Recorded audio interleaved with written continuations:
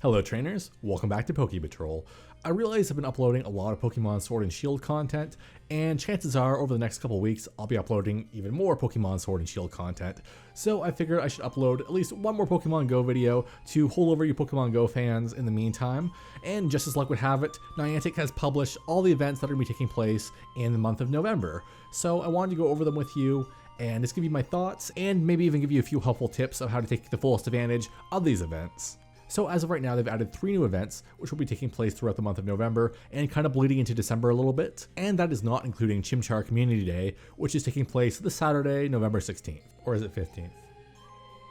I think it's the 16th. This is the 16th. I'm 100% sure, 90% sure, at least 70% sure it's the 16th. 50% sure. So the first event we have is Supereffective Week, which is taking place between Tuesday, November 19th and Tuesday, November 26th. This is the description they've given for it. Did you know that Fairy-type moves are super effective in battle against Fighting-type Pokémon? Wait, is that true? That doesn't seem right. Really? Huh. Give me a break, okay? I don't know anything about Gen 6. It's my weak point. Fairy-types are kind of like an obscure thing to me. Everyone has like that one thing they're not 100% sure of in Pokemon. Mine is Fairy-types. Just give me a break, guys. Give me a break on this one. Or that Psychic-type Pokemon are weak to Bug-type moves? Knew that one. I knew it. Big brain boy. Take part in Supereffective Week to learn more about Pokemon types, and you might discover an exciting Pokemon to partner up with and battle against Team Go Rocket. The features that you can expect during Supereffective Week are as follows. Pokemon that might be strong partners in battle against Team Go Rocket and other trainers will be appearing more often in the wild, in raids, and in field research. If you're lucky, you might encounter a Shiny Tentacool. Those features seem kind of unsure of themselves. Pokemon that might be strong partners in battle against Team Go Rocket. Also, Shiny Tentacool, which I'm assuming means we're going to see increased Tentacool spawns, which is kind of counterproductive against the whole Pokemon that might be strong partners in battle against Team Go Rocket thing, because if you're going to fight Team Go Rocket with a Tentacool or Tentacruel, you're in for a bad time. That being said, I think Shiny Tentacool and Tentacruel look really good. They're not the typical dark purple that most water types are when they're shiny. They're more of a mauve color with the green spots, and I think it's a nice color combination, and it works pretty well in this case. The bonuses that you can expect during Supereffective Week are 2x Stardust from trainer battles, more potions and revives from Pokestops, and guaranteed charge TMs from 3-star raids. Now, this is the big one. Anyone who does PvP or just tries to get the optimal move for a Pokemon in general knows how much of a pain in the ass the charge TM system is in Pokemon Go. You can just try and never get the move you want. It's more of a lottery than anything, and it just sucks. So getting the chance to get a bunch of charge TMs stocked up is really nice. It's a really nice treat. So if you're going to do anything during this event, go do some 3-star raids, get some charge TMs, and stock those up for future use. You're going to need them. Our second event starts right after Supereffective Week ends on Tuesday, November 26th, and it will run until December 17th. And it is Terrakion coming to raids. Terrakion, the Cavern Pokemon, is coming to 5-star raids. This rock and fighting type legendary Pokemon is said to be strong enough to destroy an entire castle. It'll be in your favor to challenge it with water, grass, fighting, ground, psychic, steel, and fairy-type Pokemon. God damn, that thing has a lot of weaknesses. So I was originally going to do a video on whether or not you should spend time raiding Cobalion, who's the current raid boss, but I didn't because it's kind of just a waste of time because Cobalion is a waste of time. Terrakion, on the other hand, is a very useful Pokemon. He's one of the top rock Pokemon. I think he's slightly below Rampardos, or it might be slightly above Rampardos. I don't know. I think he's Rampardos, but bulkier, but he does less total damage. Either way, Terrakion is actually pretty useful. I recommend go out and get a few of them at least, maybe a team of 6, 6 with good IVs. As you just saw, Terrakion has a lot of weaknesses, so I'm sure most of you have some pretty good counters against him. I'd recommend maybe Machamp, Kyogre, Swampert, Torterra. He had a community day recently, so I'm sure many of you have a few of those. Venusaur is always good. Roserade's always good. Psychic types are good against him, so Mewtwo's always good as well.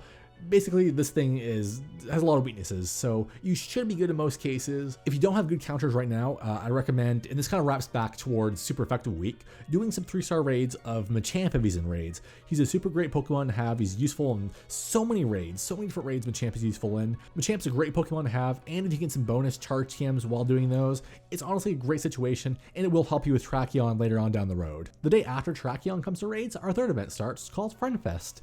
And no, that is not some kind of friends marathon. It's an event for friends in Pokemon Go.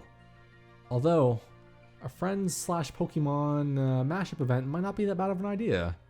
Huh.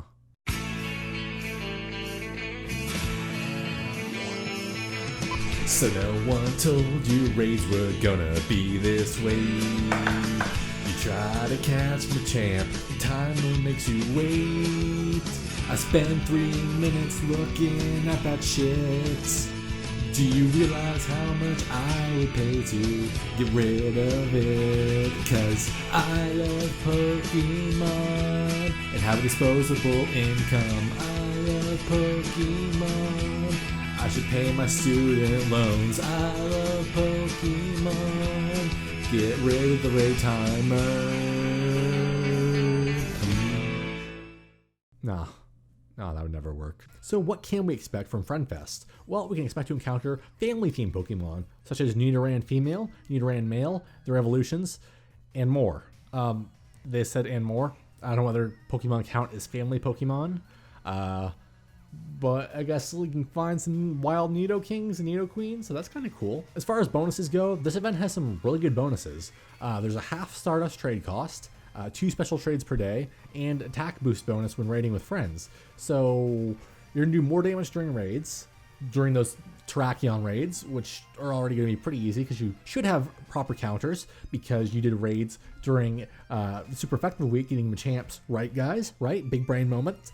And when you raid with your friends, you do even more damage. On top of that, the extra special trade and half Stardust costs are super nice for you shiny hunters out there who are trying to complete your shiny living decks. This way you can get 2 shinies per day, as well as not waste all your Stardust on them. So it's a win-win for everybody. This is a pretty decent event for raiders and shiny hunters. So final thoughts on these events. They're not the best we've ever had, but they're by no means the worst.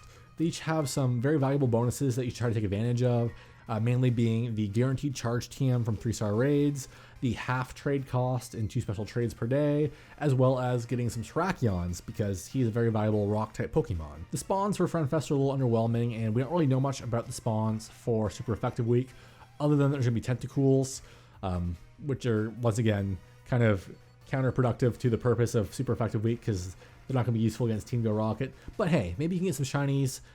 Hopefully you do. Hopefully I do. Chances are I won't, though, because I have terrible luck with shinies. So I will leave you with this question. Which of these events are you most looking forward to? Supereffective week, FriendFest, or the Terrakion raids? Personally, I'm looking forward to FriendFest because I have a lot of shinies I need to trade, so many dupes I need to get rid of, and it's going to be a great opportunity to do so. Thank you guys so much for watching. If you enjoyed this video, please make sure to like, comment, and subscribe. It is the best way to help this channel grow, and it is always greatly appreciated. Also, if you have the time, consider checking out my other social media accounts, my Twitter, my Twitch, my Facebook, and my Discord. All the information you need is down there in the description.